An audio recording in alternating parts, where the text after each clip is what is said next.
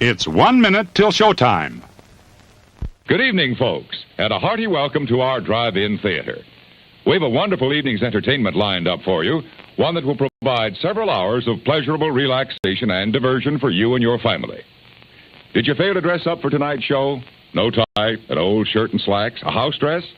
Well, don't give it a thought. We're glad you came as you are. We just want you to enjoy yourselves. Don't forget to visit our refreshment center during the intermission or any time. You love the tasty array of snacks we have to offer. So will the youngsters. Everything is quality and so good. We hope you'll make this a weekly visit. Bring the family. Bring your friends. There are always wonderful new pictures to see, delightful snacks to nibble, a gay, pleasant evening for all. Oh, a word of caution. Don't drive over 10 miles an hour in the theater area for your safety's sake. And Mom or Pop, go with the kids when they leave the car. We hope you have a wonderful time. And now, on with the show.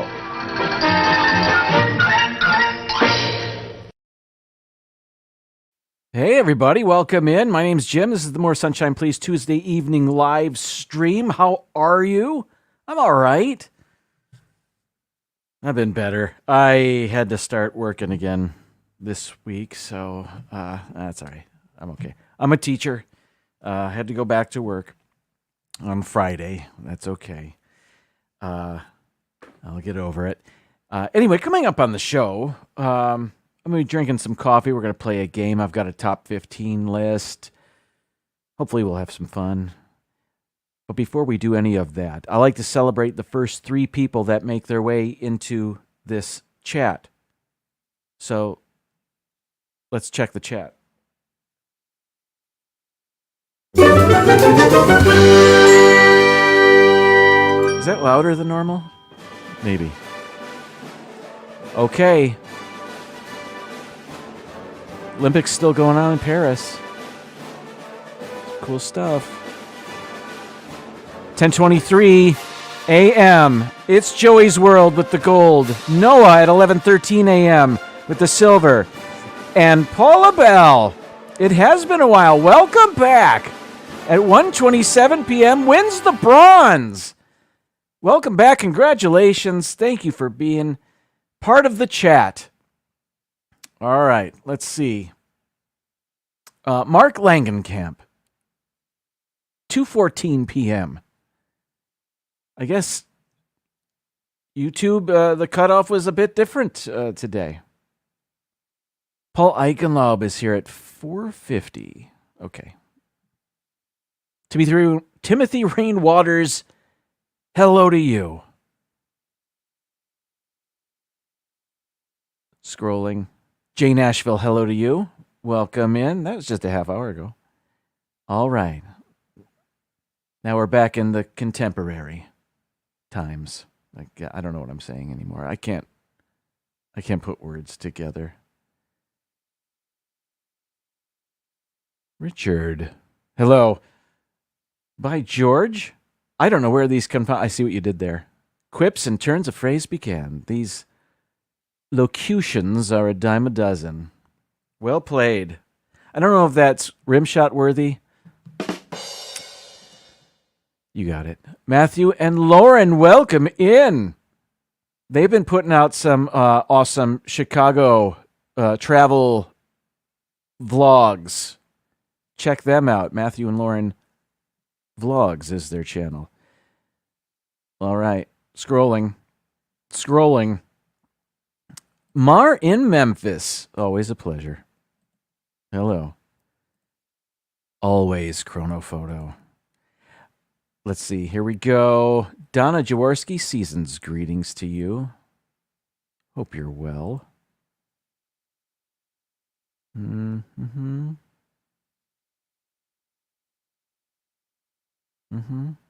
Scrolling.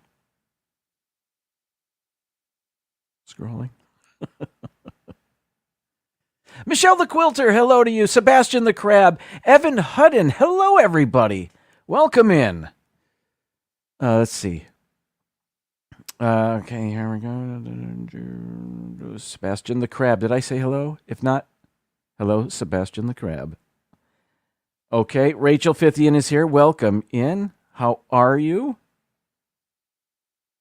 Surfer Girl, Cherie. Thanks for stopping by. Welcome in.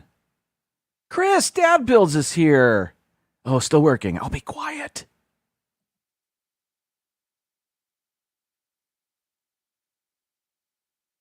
Did I say hello to It's Joey's World? Wait a minute. Who was the... I don't even remember the... Oh, yeah. Medal winner, right? The work has my brain fried. I won't make excuses. Actually, I just did, so...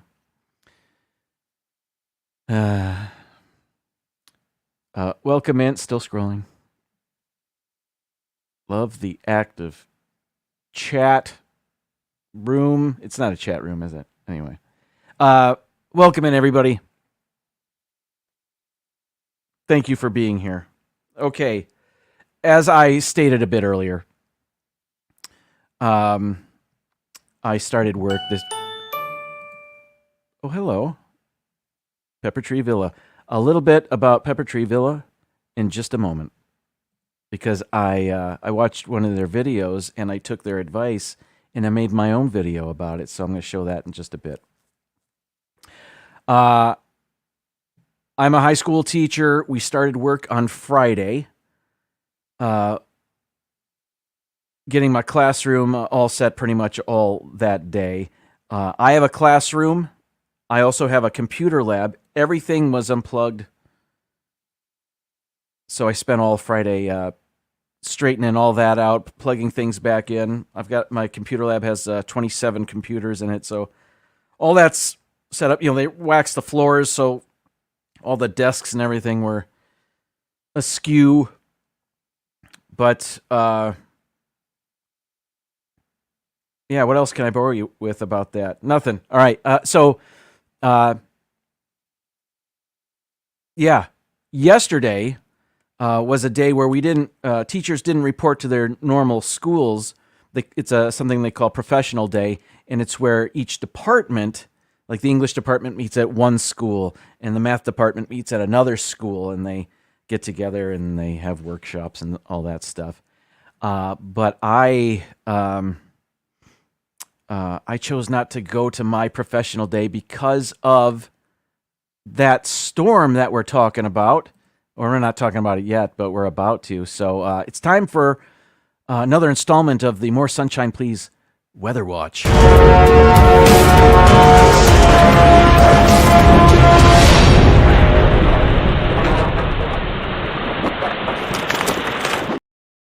I left that up the whole time. And there we go. Okay. Yes, if you're not watching the Weather Channel, you may not know that there was a hurricane that hit Florida Sunday night, Monday morning, around there. It started out a tropical cyclone. And then I also heard the terms tropical depression, tropical storm, and then hurricane. So it's called Hurricane Debbie, and it's still out there. I will show you its path right here. This was the path of Hurricane Debbie. It went into the Gulf of Mexico. It went through Cuba, went north, skirted along the Florida Peninsula. And as you can see, it stayed out in the Gulf of Mexico. It didn't make landfall where I am, which is in the Tampa area. Instead, it made landfall up near the area where they call the Big Bend, which is the armpit of Florida, is what it is, in more ways than one. But it's there's some cool stuff up there. I digress, but not fully. Anyway, as you can see, it made... Where was the town it made landfall? It doesn't matter. But you can see I got this image from weather.com, which is the Weather Channel's website. And as you can see, the hurricane is just off the coast of Georgia there in the Atlantic. and it is expected to move slowly, if not stall, near South Carolina, and a lot of flooding is expected, if not already happened. But back to Tampa, because that's all I care about. Because we were on the east side of the storm, and it wasn't yet a hurricane when it passed by us. Let me show you this image. There you can see the outline of Florida, and this is when the storm made landfall.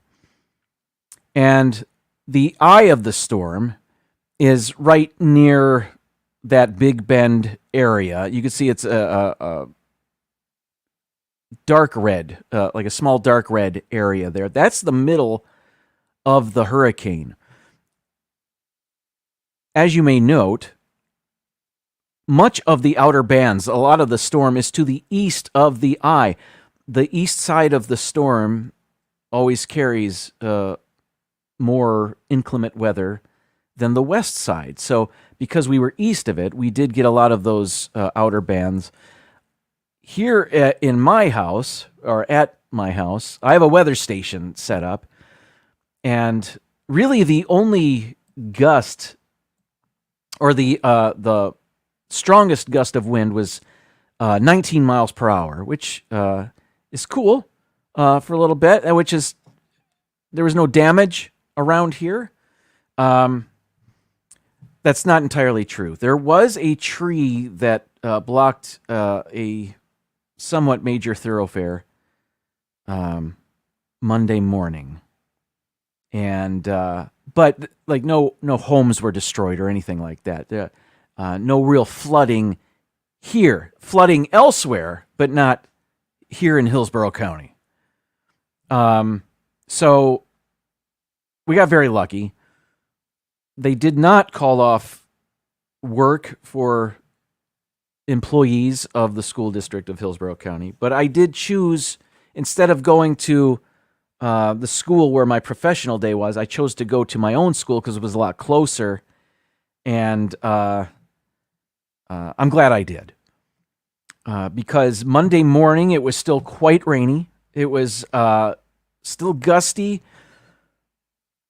but it was not, we did not have hurricane force winds here. We weren't even close to it. But it did rain all day. We had nearly 8 inches of rain throughout the middle of Sunday to the middle of Monday. So we dodged a bullet, and I don't know if that's an idiom or that's just an actual saying that's literal. But yeah, that's Hurricane Debbie. It's no longer a hurricane. It's back to a tropical storm, I believe. But back to, they initially called it a tropical cyclone, and they don't usually, I don't usually hear that. I hear tropical depression first, and then tropical storm. It graduates to that, and then it gets its masters as a hurricane. So I had to look up what's a tropical cyclone, and I still don't know. But I think like a depression and storm and hurricane, it's all part of the cyclone family. Maybe I'm wrong about that. I don't really know. Nobody cares. Okay, so that's it. So that was the More Sunshine Please Weather Watch.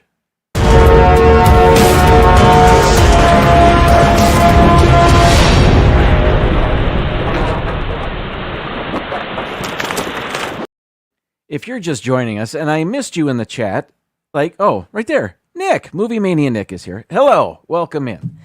Eric Newman is also here. Hello. What was I saying? I don't remember.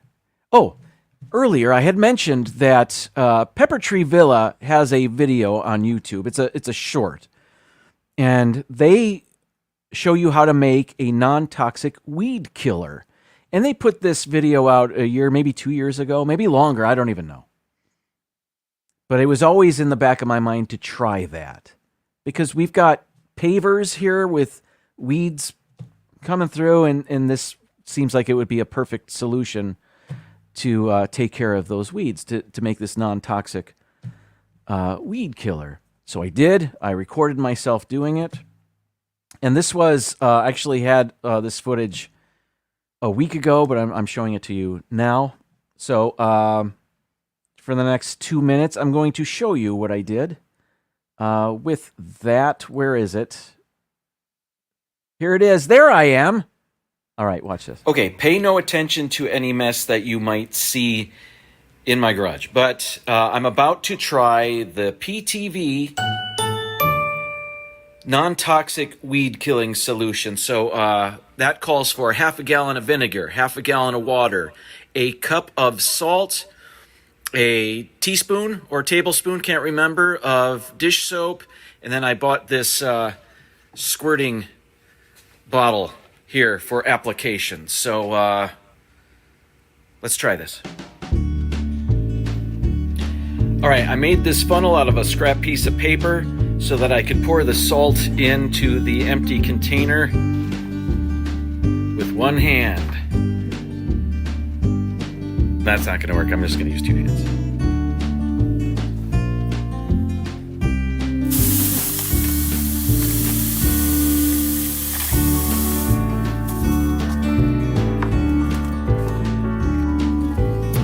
All right, I have filled half of this gallon jug with water. I'm going to shake it up to dissolve the salt, and then I'll add the vinegar.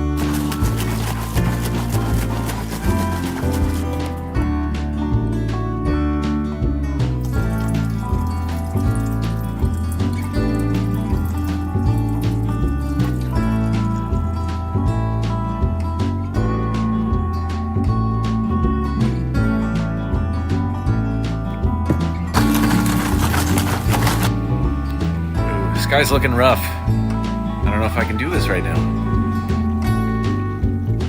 Let's start with that.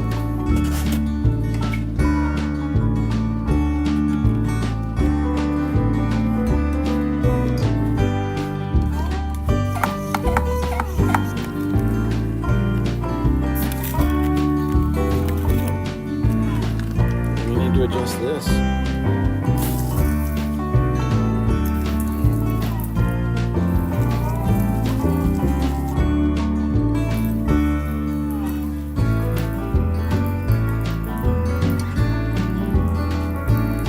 This will be my before and after right here by the rain barrel. These weeds here. So I'll treat this. I don't know if, I know it's going to rain pretty soon, so I don't know if it's going to wash away all of this stuff. I don't know if this is going to work, but we'll see.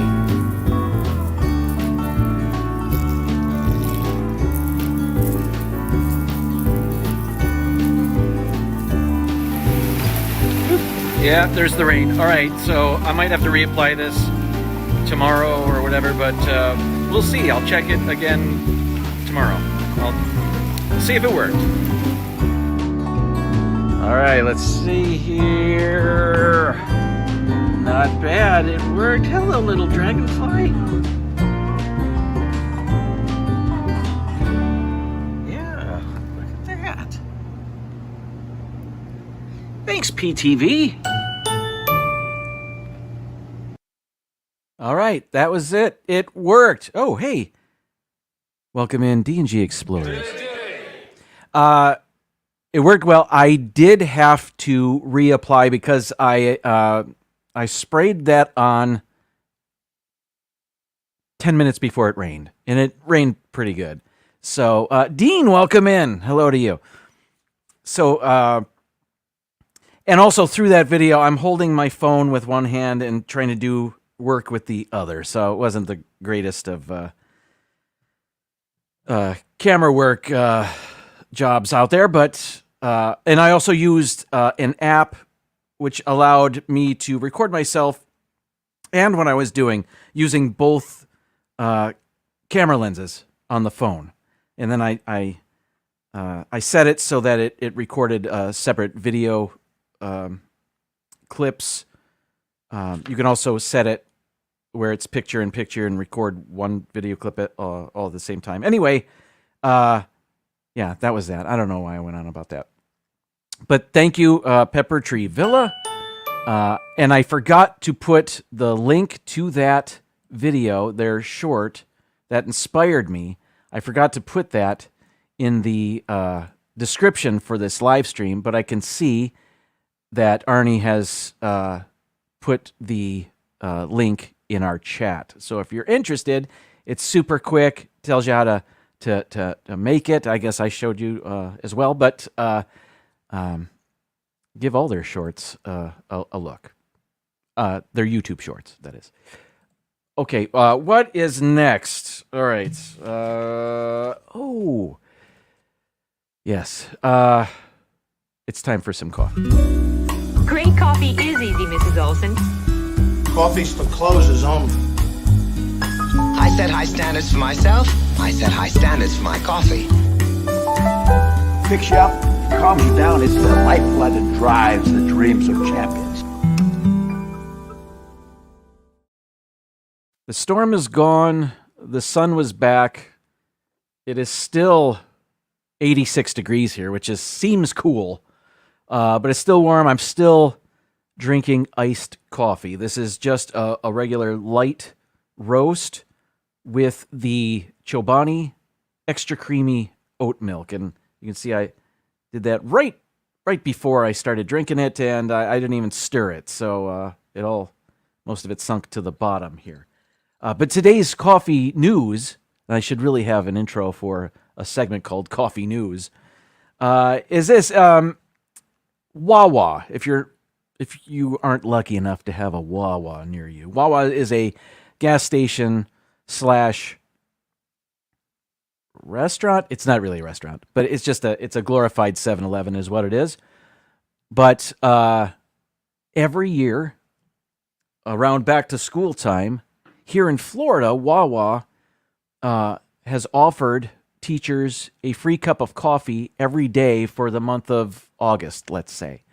Well, they're kind of doing that this year. It's not as long as in years past, but as you can see here for this the Wawa press release, it says Wawa gives cheers to classrooms in all Florida and Alabama stores with free any-sized hot coffee and fountain beverage from Monday, August 5th through Sunday, August 18th. So instead of a full month, we get 2 weeks. I'll take it. I'll take it.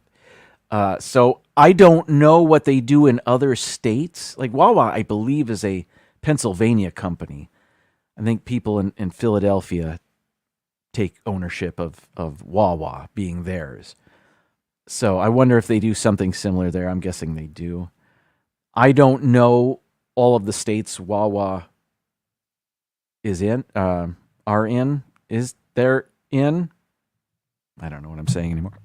Oh, I just belched. So just let me tell you that, and this still holds true. All belches on YouTube are brought to you by D&G Explorers. D&G Explorers, good. Okay, back to me. What was I talking about? Oh, Wawa. Yeah, so free coffee. I've yet to do it. It just started yesterday. And then I stopped elsewhere on my way to work today. And they're actually, our administration at work is providing breakfast every day of pre-planning, which is extremely nice. So I'm getting coffee at work anyway. But and today's coffee was from Panera. I'll take it.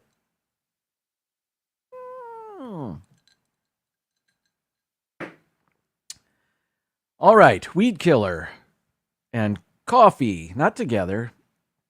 Let's play our game.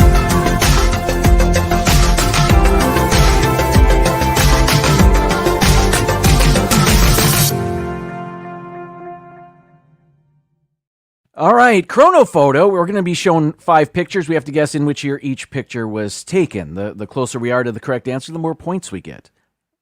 A correct answer gets us 1,000 points per picture. So perfect score would be 5,000 points. We've done that a few times.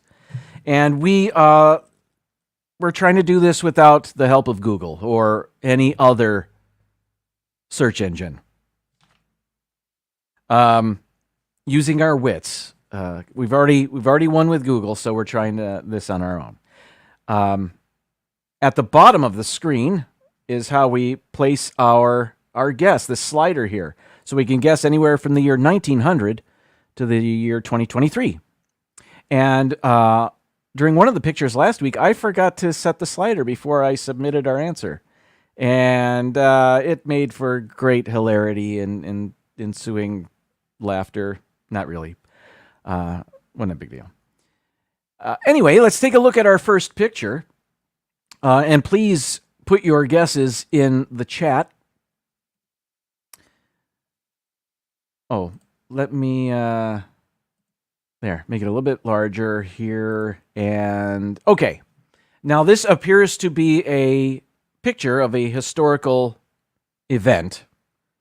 And I think I know what it is. And I think I know when it is. As you can see, it's a march on Washington. And we know it's a march because there are signs saying that they're marching. And we know it's Washington, D.C. because, well, you know. And there are other signs here. We march, we demand an end to bias now. This is a civil rights, a march for civil rights. UAW, United Auto Workers, says jobs and freedom for every American. Okay, I think this gives me confirmation of what I was thinking. Sign above the large orange sign in the foreground. I believe it says UAW says, and then something, March for Freedom. And was that not the name of the event where Martin Luther King gave his I Have a Dream speech? And if that is correct, I think that's 1963. Let me zoom out just a bit. Take a look at some of the people. There we go. Okay, here we go. March for Jobs and Freedom. I think that's it. I think that's what that is. Nice pocket protector. Ooh, hats. I can't tell what they say. But yeah, I think this one might be pretty easy, but I'm going to go to the chat. Okay. I think our first guess is from Dean, 1968. Get things rolling. Thank you, Dean. Paula says 70. We have 69, 65. Oh, I thought it was Vietnam. Changing to 63, says Mark. Richard says the march was in 63, 63, 63, 63, 63. I think we are, I think we have 63 here. 1963. I've set the year. I hit the submit button. And we got that one right. All right. 1,000 points. Let's go to our next picture. Okay.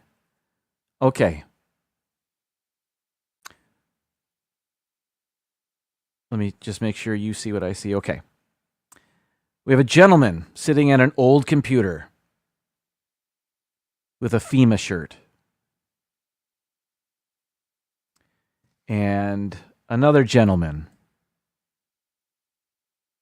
with a... Is that the presidential seal? I can't tell what that is. But let's look at the equipment. I don't know if we can tell what's on his screen. We cannot. But early 2000s, I'm guessing. Is this a response to Hurricane Katrina? Is that what these gentlemen are working on?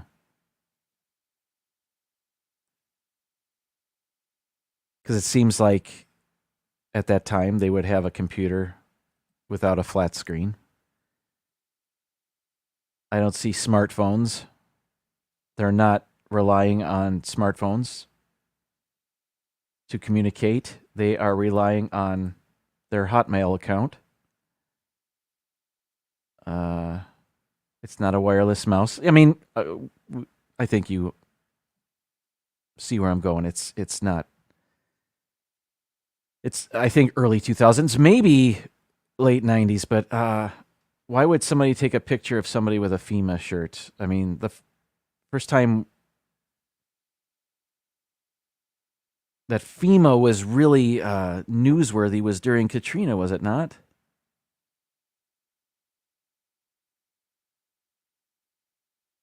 But I'm going to turn to the chat in just a moment. Is he wearing a tool belt? He is.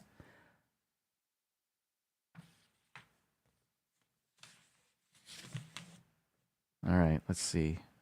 Can we see anything on the wall? Not really. No.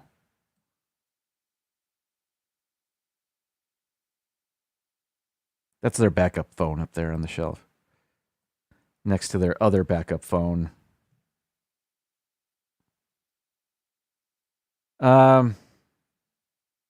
Yeah, I don't know what else there is to see in here. It is not a smart thermostat on the wall. And is this an office? Is this a trailer? I turn to the chat. Okay. I think our first guess is from Rachel, 2005. Paula says 2005. Nick in Virginia, welcome in if I haven't said hello to you.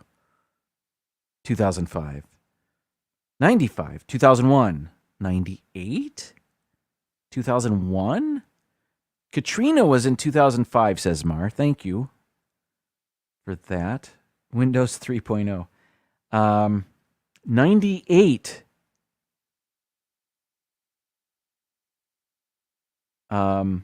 Donna's husband was deployed during Hurricane Katrina to help with hurricane victims. I did not know that. Oh, that is, Richard says that is Larry Conklin of FEMA. So I'd say 2001. Okay, so maybe not Katrina. So he's going 2001. 91. We have a 2005. So you're saying Larry Conklin was not part of FEMA in 2005, but 2001. And you weren't the only one to say 2001. I'm convinced. I was thinking 2005, but let's try 2001. Here we go. Submit. And that was right. We're 2 for 2. Let's go to the third one. All right.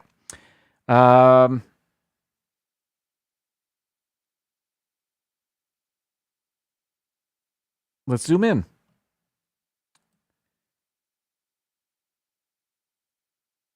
Dude, what are you doing with the shoes and the socks on the beach?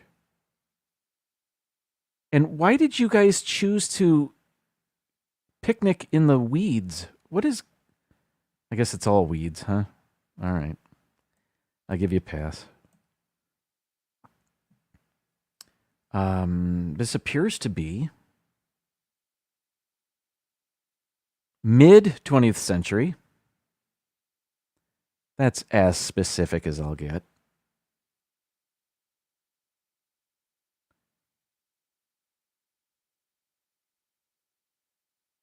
The lady is wearing swim attire that the pinups on World War II fighter jets, you know what I'm talking about, the painting? Anyway.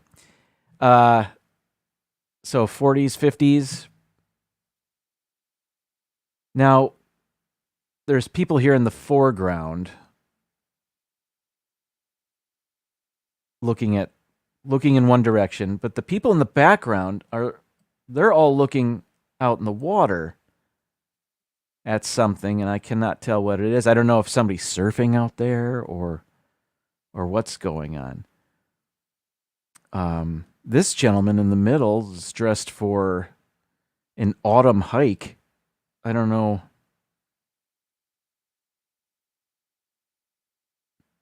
Maybe it is cold. Look at the concierge back there is dressed like it's cold, and perhaps it is. Just because it's a beach doesn't mean it's hot. All right. It's hard to glean anything from the people in the back, but we have these people. The small child with the Kentucky Fried Chicken kids meal. No, that's just the bucket of sand, I think.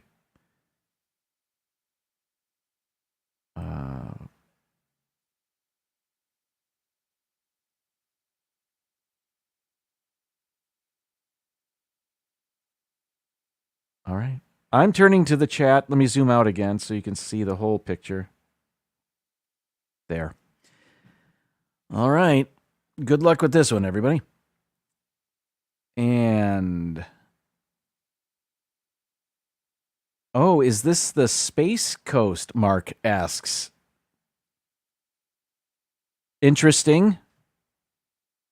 I don't know. They don't appear to be looking up. Looks like they're looking toward the water.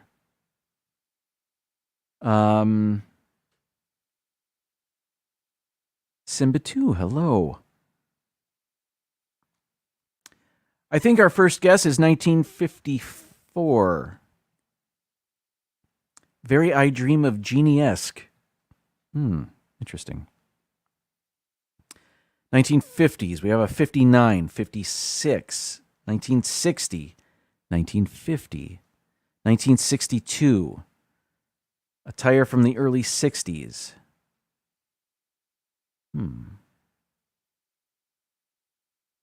We've got 68. I think that might be a little late, but I don't know. Who knows?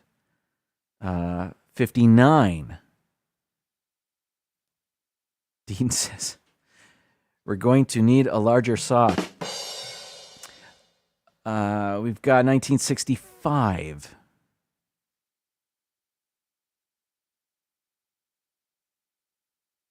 Richard, compelling argument about 1962. Okay. It is Jaws the prequel, Lisa. Right.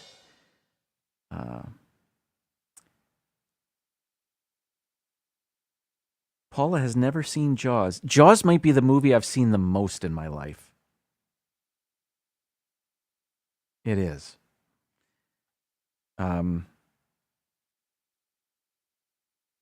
62. You know, Richard did get the previous one correct. And I think he's Googling the images and not telling us. But that's okay. Let's try 62. He's earned it. Survey says. 1962. We are 3 for 3. Well, Richard is. All right, let's keep going. Image number 4. And what am I looking at? Is it a birthday party, but nobody knew how to make a cake? That appears to be candles and a bowl of pasta? I don't know what that is. Or the worst cake ever made. All right, let's take a look at the people. All right, let me zoom in on the people on the right here. This kind of screams 90s to me.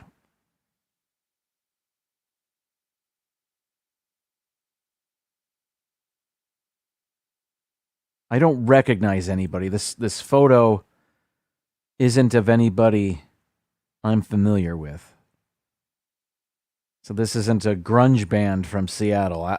Maybe it is, but I don't know who they are. What's on his shirt? I can't tell.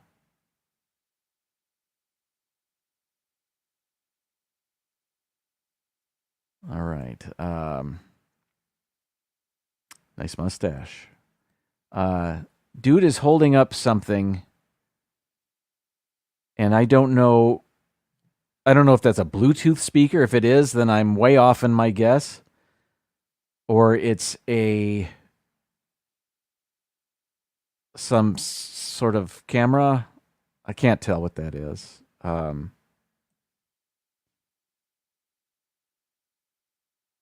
Yeah.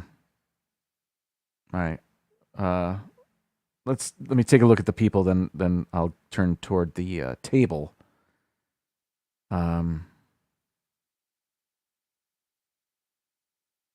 Okay. I'm looking at this guy's arm, and he's got a few tattoos. And it appears the tattoo near his elbow says XTC, which is a British band from the 80s and 90s. If that's what that means, XTC just sounds like the word ecstasy, but that's the way the band spelled their band name. I believe the frontman of that band was named Andy Partridge. And I had one of their albums. Anyway, moving on. What is he holding? Is that a smartphone? I can't tell. I don't know what that is. I don't think it is. Why would he be holding it like that? Trying to get service?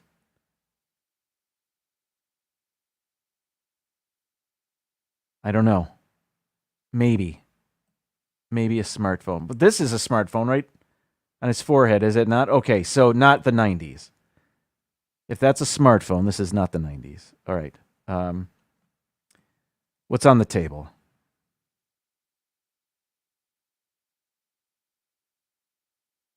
I can't tell. That is a bottle I'm not familiar with.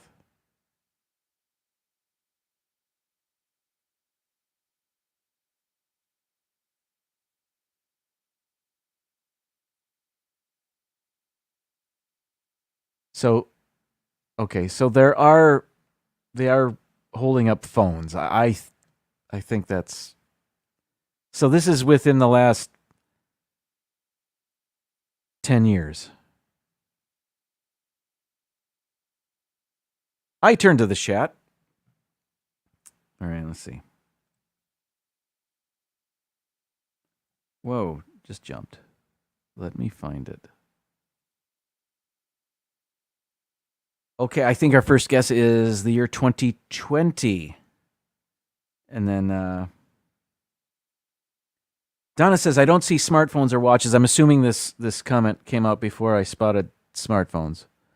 But yes, I don't see Apple Watches or Garmin's or any of the ilk. Is it a college dorm? I don't know. I don't know. 2016, we have 2014, 2019. 88. Let's see. 2016, another 2016. Changing to 2019.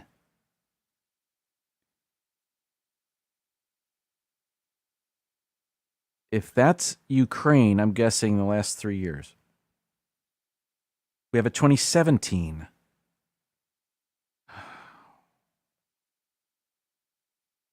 Let's go 2019. Let's say it was before COVID. I don't really know. Here we go. Survey says, ooh. Well, not bad. This was 2022. So, Richard says that is definitely post 2020. I'm betting it's 2022. So you've known every answer so far. You are amazing at this. We do have 3,777 points. Let's go to our final picture. All right.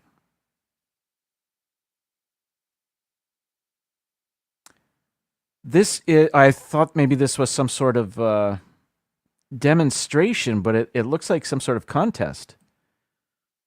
We have two tables up on a stage. They're gaming.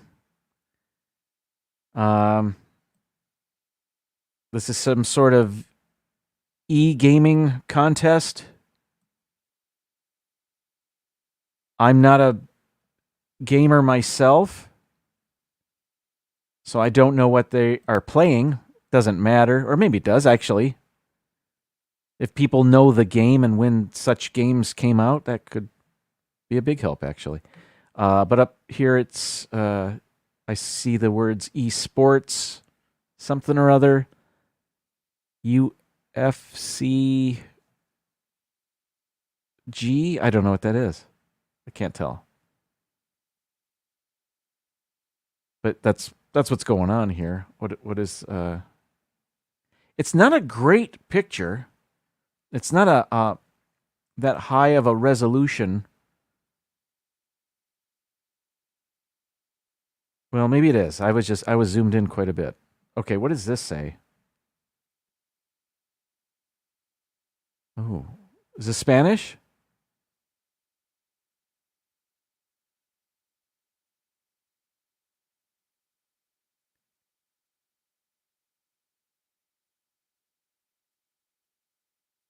Secretaria Municipal dos Esportes.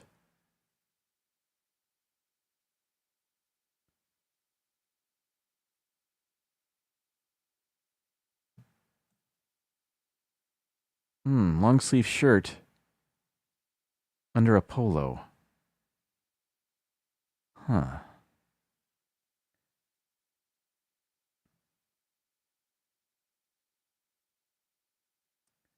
Oh, let's take a look at this camera. All right. Okay. Flavios. Or does that say Flavids? I don't know.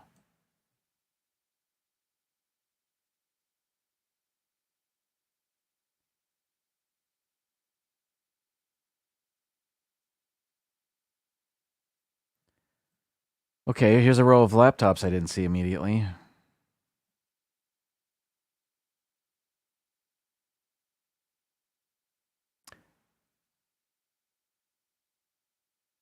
Pretty thin screen there.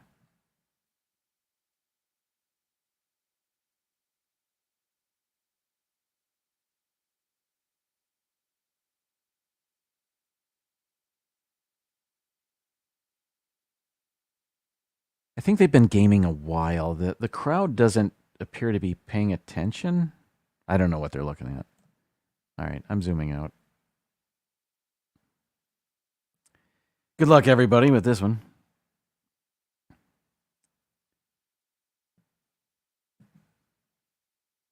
Richard wants the logos on the main table.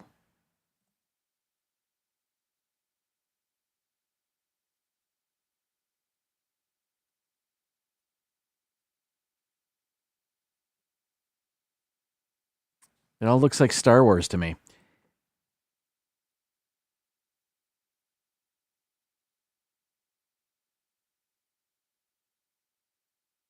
All right. Let's see.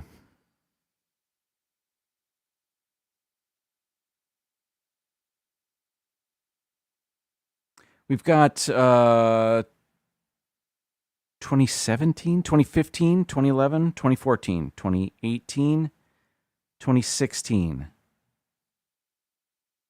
Mark, I was thinking the same thing. Uni LOL. One laugh, indeed. We have a 2020. They are not gaming? What are they doing then?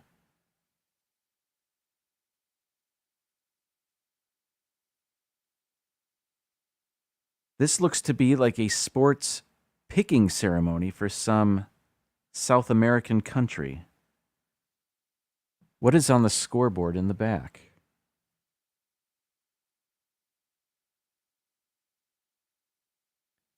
This looks like a game character. And this dude's holding a controller. Is he not? It doesn't, whatever, doesn't matter. If I had to guess, and I do because that's the name of the game,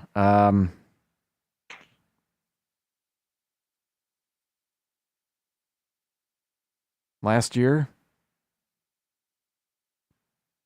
I don't know.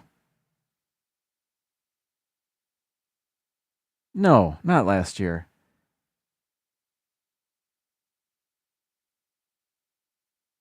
Maybe like 2018? Perhaps? I don't know.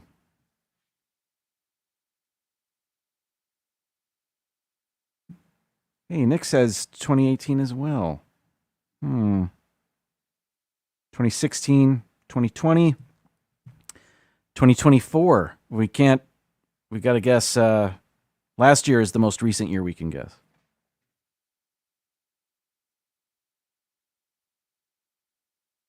I have ants in here. I've seen my fourth tiny little ant on my computer monitors. Oh, another one. Well, I don't love that. Yeah, Mark, I was thinking the same thing pre-COVID, actually. I'm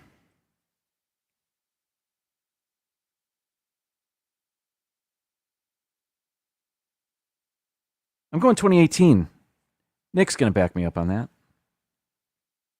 2018.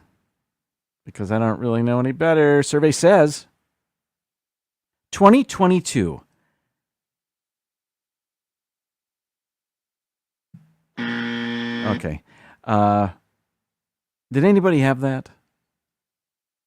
2020. Oh, Michelle had it. Michelle said 2022. Great guessing. We ended up with 4,485 points. That's pretty darn good for anybody. That's good for us. All right, let's take an intermission because that's what I do 50 minutes into my live stream. We take a break. When we come back, I've got a top 15 list about sayings and how they originated. So stick around. I'll see you in about 30 seconds.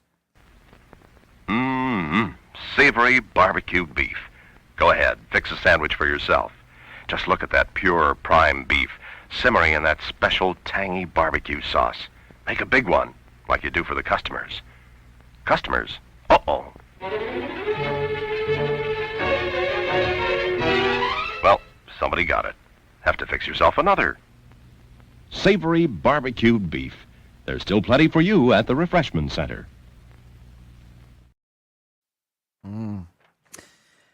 Okay, I came across some videos, a series of videos actually, all about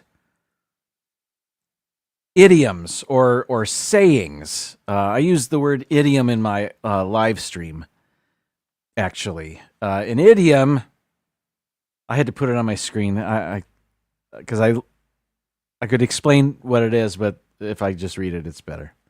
An idiom is a phrase or expression that has a figurative or non-literal meaning that's different from the literal meaning of the individual words it contains. So, let me start with number 15 here, which is read the riot act. Actually, this is pretty literal, but these days, angry parents might threaten to, quote, read the riot act to their unruly children. But in the 18th century England, the riot act was a very real document, and it was often recited aloud to angry mobs. Instituted in 1715, the riot act gave the British government the authority to label any group of more than 12 people a threat to the peace, In these circumstances, a public official would read a small portion of the Riot Act and order the people to disperse themselves and peaceably depart to their habitations. Anyone that remained after 1 hour was subject to arrest or removal by force. The law was later put to the test in 1819 during the infamous Peterloo Massacre, in which a cavalry unit attacked a large group of protesters after they appeared to ignore a reading of the Riot Act. So that's where that came from. The Riot Act. All right, they're not all that long. Okay, number 14. Barking up the wrong tree. It means to have a misguided thought about an event or situation, a false lead, if you will. This refers to hunting dogs that may have chased their prey up a tree. The dogs bark, assuming that the prey is still in the tree when the prey is no longer there. So that's where we get barking up the wrong tree. That's pretty straightforward. I think I probably could have guessed that without that. Next, paint the town red. Yes, I just Googled these images. And this one most likely owes its origin to one legendary night of drunkenness. In 1837, the Marquis of Waterford, a known lush and mischief maker, led a group of friends on a night of drinking through the English town of Melton Mowbray. The bender culminated in vandalism after Waterford and his fellow revelers knocked over flower pots, pulled knockers off doors, and broke the windows of some of the town's buildings. To top it all off, the mob literally painted a toll gate, the doors of several homes, and a swan statue with red paint. The Marquis and his pranksters later compensated Melton for the damages, but their drunken escapade is likely the reason that Paint the Town Red became shorthand for a wild night out. I don't know if these are true. Sounds plausible. Number 12, bury the hatchet. It means to stop a conflict and make peace. This one dates back to the early times in North America when the Puritans were in conflict with the Native Americans. When negotiating peace, the Native Americans would bury all of their hatchets, knives, clubs, and tomahawks. Weapons were literally buried and made inaccessible. Bury the hatchet. Number 11, caught red-handed. Means to be caught in the act of doing something wrong, of course. This originates from an Old English law that ordered any person to be punished for butchering an animal that wasn't his own. The only way that the person could be convicted is if he was caught with the animal's blood still on his hands. Caught red-handed. Number 10. We're breezing through these. The third degree. There are several tales about the origin of the third degree, a saying commonly used for long or arduous interrogations. One theory argues the phrase relates to the various degrees of murder in the criminal code. Yet another credits it to Thomas F. Burns, a 19th century New York City policeman who used the pun third-degree burns when describing his hard-nosed questioning style. I don't know about that one.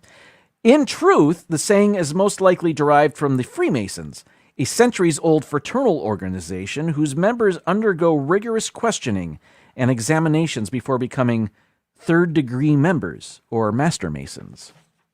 Third-degree masons, if you will. Number 9, the cold shoulder, being unwelcome in a antisocial, you know what it means. The first recorded use of this phrase dates back to the early 1800s. It refers to an old custom of giving an unwelcome guest a cold piece of meat from the shoulder of mutton, pork, or beef chop, as opposed to welcoming guests receiving a warm serving. I read that all wrong. This was a polite way to communicate, you may leave now. So if you wanted somebody to leave, you gave them the cold shoulder. Where are we? Number 8, the whole 9 yards. This means to try your best at something. During World War II, the fighter pilots were equipped with 9 yards of ammunition. When they ran out, it meant that they had tried their best at fighting off the target with the entirety of their ammunition. 27 feet of ammunition, or 9 yards. That's what that means. All right. Here we go. Number 7. Turn a blind eye. Often used to refer to a willful refusal to acknowledge a particular reality. This dates back to a legendary chapter in the career of British naval hero Horatio Nelson. During 1801's Battle of Copenhagen, Nelson's ships were pitted against a large Danish-Norwegian fleet. When his more conservative superior officer flagged for him to withdraw, the one-eyed Nelson supposedly brought his telescope to his bad eye and blithely proclaimed, "I really do not see the signal." He went on to score a decisive victory. Some historians have since dismissed Nelson's famous quip as merely a battlefield myth, but the phrase "turned a blind eye" persists to this day. Number 6, to butter someone up, which means to impress someone with flattery. This was a customary religious act in ancient India. The devout would throw butterballs at the statues of their gods to seek favor and forgiveness. That one I did not know. Number 5, bite the bullet. This means to accept something difficult. In the olden days, when doctors were, by the way, I copied and pasted everything I'm reading here. In the olden days, when doctors were short on anesthesia or time during a battle, they would ask the patient to bite down on a bullet to distract from the pain. The first recorded use of the phrase was in 1891 in The Light That Failed. Number 4, I don't know what that is. Number 4, crocodile tears. This describes a display of superficial or false sorrow. But the saying actually derives from a medieval belief that crocodiles shed tears of sadness when they killed and consumed their prey. The myth dates back as far as the 14th century and comes from a book called The Travels of Sir John Mandeville.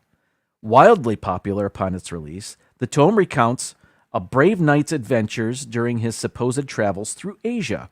Among its many fabrications, the book includes a description of crocodiles that notes, "These serpents slay men and eat them, weeping, and they have no tongue." While factually inaccurate, Mandeville's account of weeping reptiles later found its way into the works of Shakespeare, and crocodile tears became an idiom as early as the 16th century.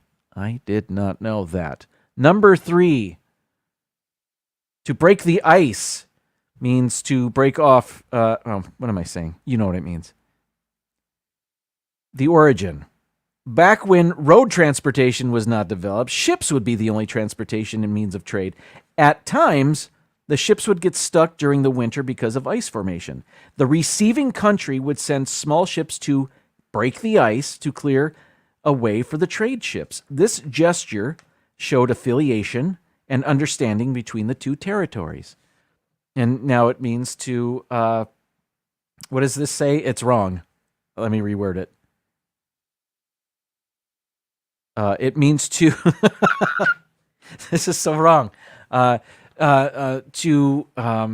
commence a friendship or familiarity by first speaking, breaking the ice. I don't know. I didn't write anything down. This is horrible. Okay. Number 2, mad as a hatter. No, you didn't already know this one because it didn't originate from Alice in Wonderland.